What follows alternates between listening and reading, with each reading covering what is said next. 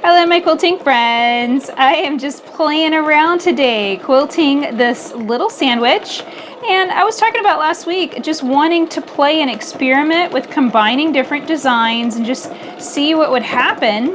And then also just to, kind of flex that free motion quilting muscle more than anything else. And I think the best way to practice is on a little sandwich, on a little square.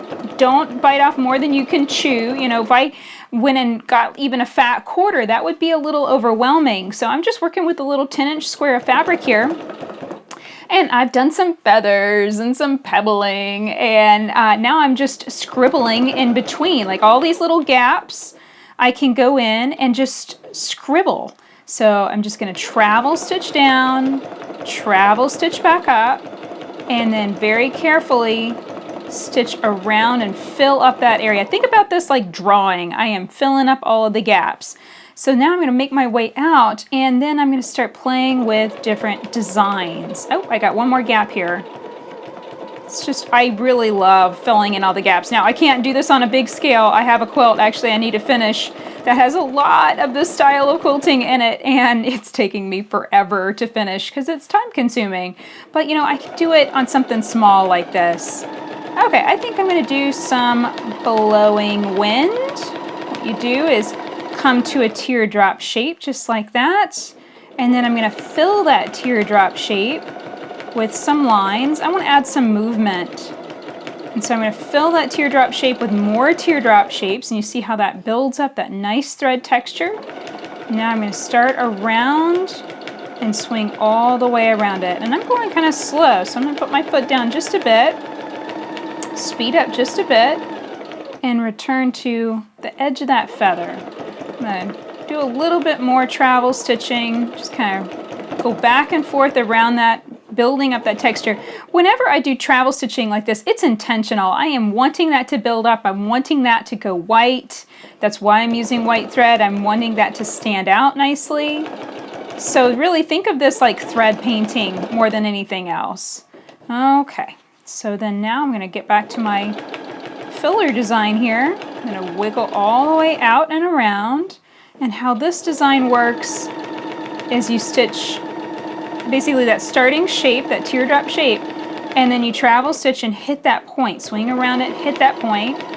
Now I'm going to swing back around and go all the way back, and of course I'm going to brush up against feathers, so this is kind of a tight little area to fit into here. And while I'm at it, I might as well fill in this little space. Let's see here, I need to fill that in with a little line. The trick is always maintaining consistency of looking at it and trying to be able to see, okay, what needs to go in these little nooks and crannies in order for it to continue to look consistent with everything else. And you need to fill in these little gaps. Just a bit more thread painting. I call that scribbling. It's really fun. And the nice thing is, if you make a mistake like here, I didn't travel stitches perfectly, well, just stitch right back over again. This is throwing more thread at it. It's perfectly fine, and if you make a mistake, it's no big deal because you can always just throw more thread at it. You can always just add more texture. Okay, so now I'm going to branch out and do another one of those shapes. I'll just do two, and then I'm going to do something else. So teardrop shape, and then more teardrop shapes on the inside, just like that. And now swing out and around, echoing around it. I was just in the mood to make something small today, and I think I have a little hoop that I can stick this into, and it can be a cute hoop quilt from my wall that will decorate the wall for spring. I realize I have gotten a little lax on my hoop quilt decorations, and most of them are still hoop quilts for the fall, so I need to update all of those and get the house looking a little bit more decorated for this beautiful season we're having.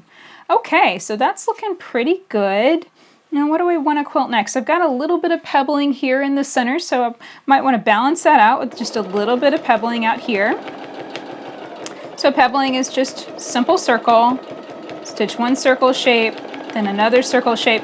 You don't want to compact those down too tightly unless you really want to be quilting for a million years. If you go too small, then it's just going to get really, really slow. There we go. I think that's enough pebbling.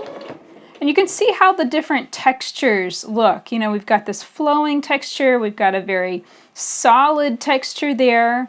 I could even go into some straight lines. Now, don't want to get too close to the edge of my quilting space, because you could see right there, I even lost control of the edge. And basically what happens is as you try and stitch back, it kind of pushes up on you. And I really have to focus on my hands gripping the quilt. So I'm not going to get really all that close to that edge. I just want to make my way around it. Straight lines are interesting, and please don't ever feel like that's too simple or anything like that. It's a nice breaker-upper of space. It's a nice way to create contrast. You know, circles and lines are kind of made for one another to go together, and it definitely adds more interest to your quilt. So never be afraid of adding straight lines anywhere. In fact, actually, I might just add some right here. Just kind of come back and forth with straight lines going in this direction. And that goes both nicely with the feathers and nicely with the blowing wind design that it's kind of matching up with. And the really nice thing is because the lines are so short, you can't tell if they're not perfectly straight. And I didn't take a ruler to those things, so of course they're not going to be 100% perfectly straight. But as soon as they start getting longer, I think I'll probably change designs. That's another nice thing, is you can always switch designs, change it up, and do something different. Okay, I think I want to do a design called Ocean Currents. So this starts with a foundation, and that foundation is just a long swirly line that comes to basically kind of form spirals, and that one spiral seems like plenty. So then now that foundation line is set, so all I have to do is travel stitch and echo around it. So I'm going to hook in. Made a little bit of a mistake there, but I think that's okay. I was kind of thinking and talking and not focusing on what I was doing at the same time. This time I'll hook in, and I think I can make that make sense. So here I'll come to a point. There we go. And that's the thing. If you make a mistake, don't just stop and give it up. Try adding another line of quilting. Most likely you can hide it. If there's a little blip or something and it's just driving you crazy, of course, go on ahead and rip it out. But most of the time you can get away with hiding your mistakes rather than having to stop and rip. And you know, it goes back to that whole throw more thread at it thing. Just keep quilting it. There we go. So there's 3 different designs that I've quilted here in the background, just a little bit of free motion quilting play, and I'm loving how this is turning out. Just a really cute, simple texture for a hoop quilt for my wall.